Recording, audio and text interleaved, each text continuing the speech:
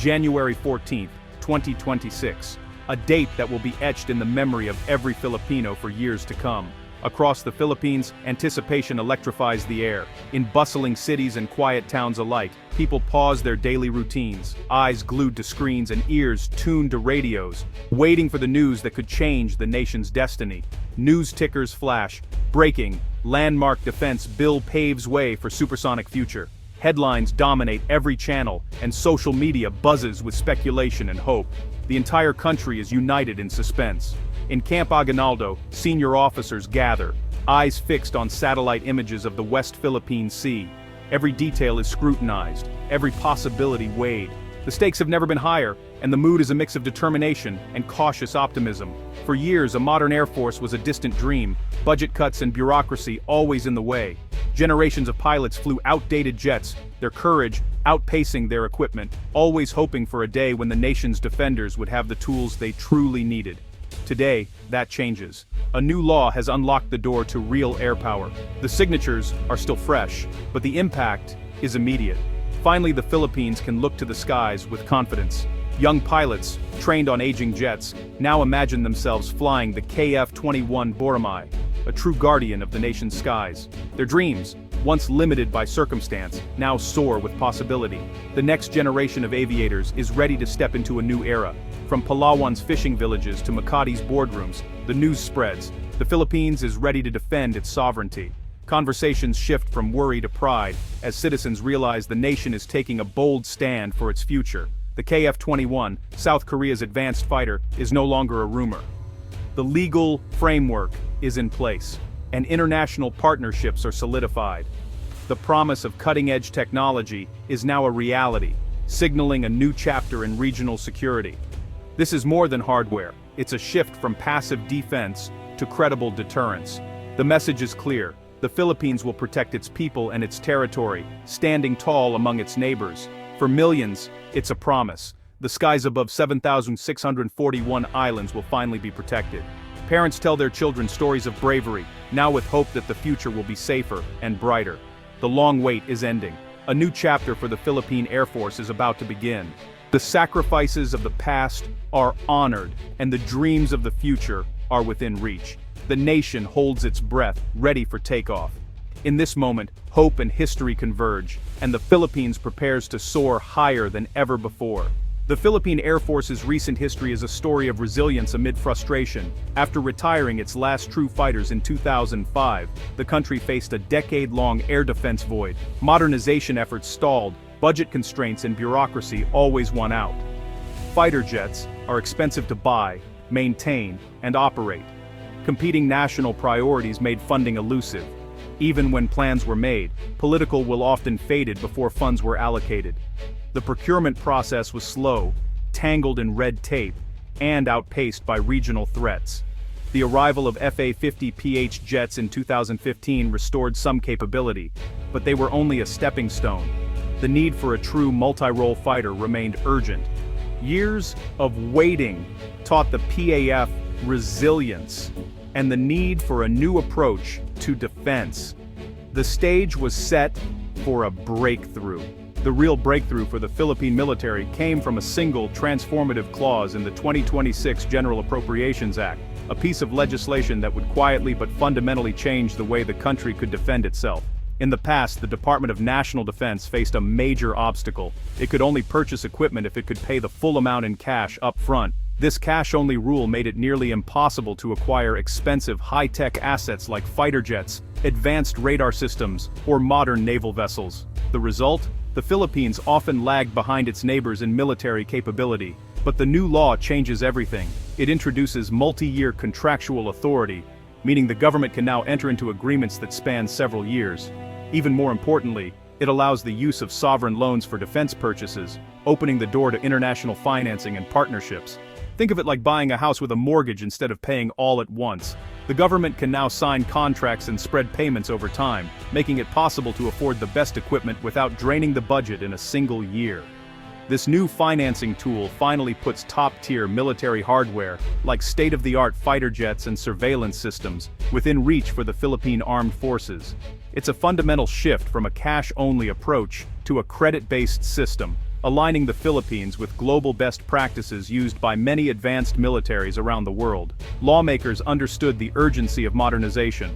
The old system was simply too slow and restrictive to keep up with today's rapidly evolving security threats and regional challenges. With this new provision, defense officials are empowered to act decisively, plan for the long term, and negotiate better deals. Knowing they have the financial flexibility to follow through, it's a pragmatic, forward-thinking solution that clears the financial runway for the Air Force and other branches to finally take off toward true modernization. For the first time in decades, the dream of a modern, capable military is not just a distant hope, it's a real, tangible goal that's now within reach. The door to the future is open, and the Philippine military is ready to step through. The 2026 Act does more than solve funding, it transforms defense procurement. The old system was a bureaucratic maze, scaring off international suppliers. Now, with multi-year financing and sovereign guarantees, the Philippines is a credible buyer. Negotiators come to the table with real financial backing, ready to make deals. This credibility attracts top suppliers eager to partner. The Department of National Defense can now focus on strategy, not paperwork. Modernization is possible now, not in some distant future. For the Air Force, hope is finally matched by action. The red tape is gone, the runway is clear. The KF-21 Boramae is more than a fighter jet, it's a leap in capability. As a 4.5 generation multi-role fighter, it bridges the gap between legacy jets and stealth platforms. Advanced features like partial stealth and ESA radar make it hard to detect and deadly in combat. It can dominate the skies and strike targets on land or sea with precision. Its open architecture design means easy upgrades for decades to come. Unlike full stealth jets, the KF-21 carries a heavy, diverse payload, perfect for the Philippines' needs. It's a massive upgrade from the FA-50PH, offering more range, speed, and firepower. Investing now means joining a long-term development path with South Korea. The KF-21 is a strategic, future-proof investment. It's the right jet, at the right time. In defense, speed matters as much as strength. Western suppliers have long wait lists. Jets can take up to a decade to arrive. South Korea's KF-21 program is new, with production lines ready and capacity to spare. As an early customer, the Philippines could receive jets within 2 to 3 years. Rapid delivery closes the deterrence gap and sends a strong message to adversaries. Every year without modern fighters is a year of vulnerability. South Korea's track record, on time, on budget, builds trust. Quick delivery means the Philippines can respond to threats now, not later. In a volatile region, speed is security.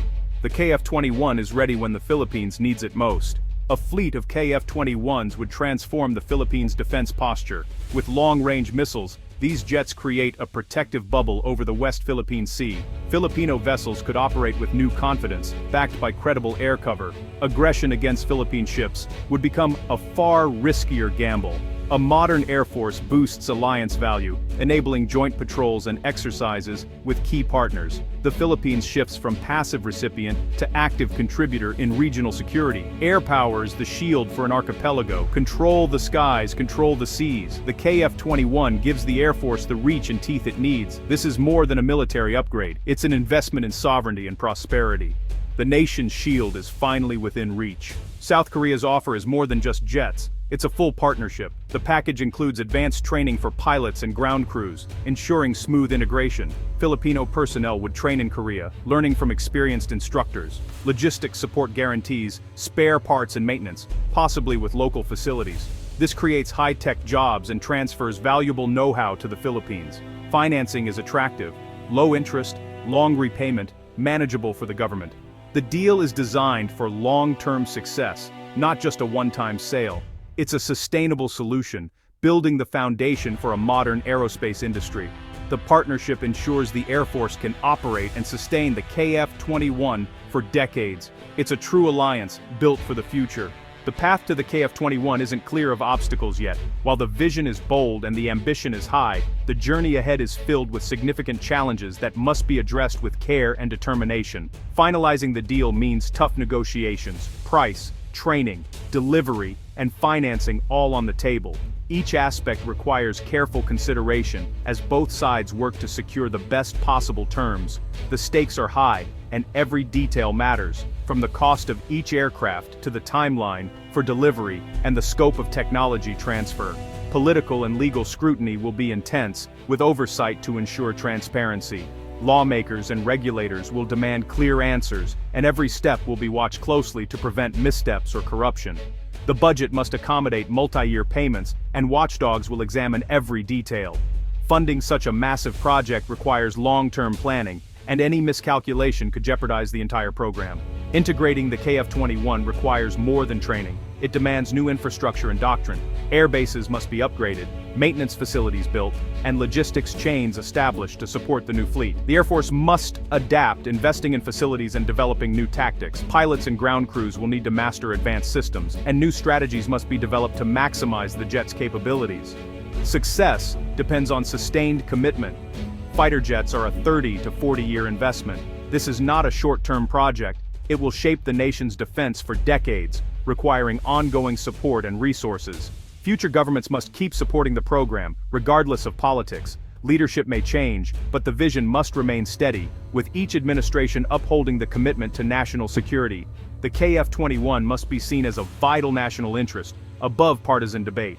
Only by uniting across political lines can the country ensure the program's success and safeguard its future.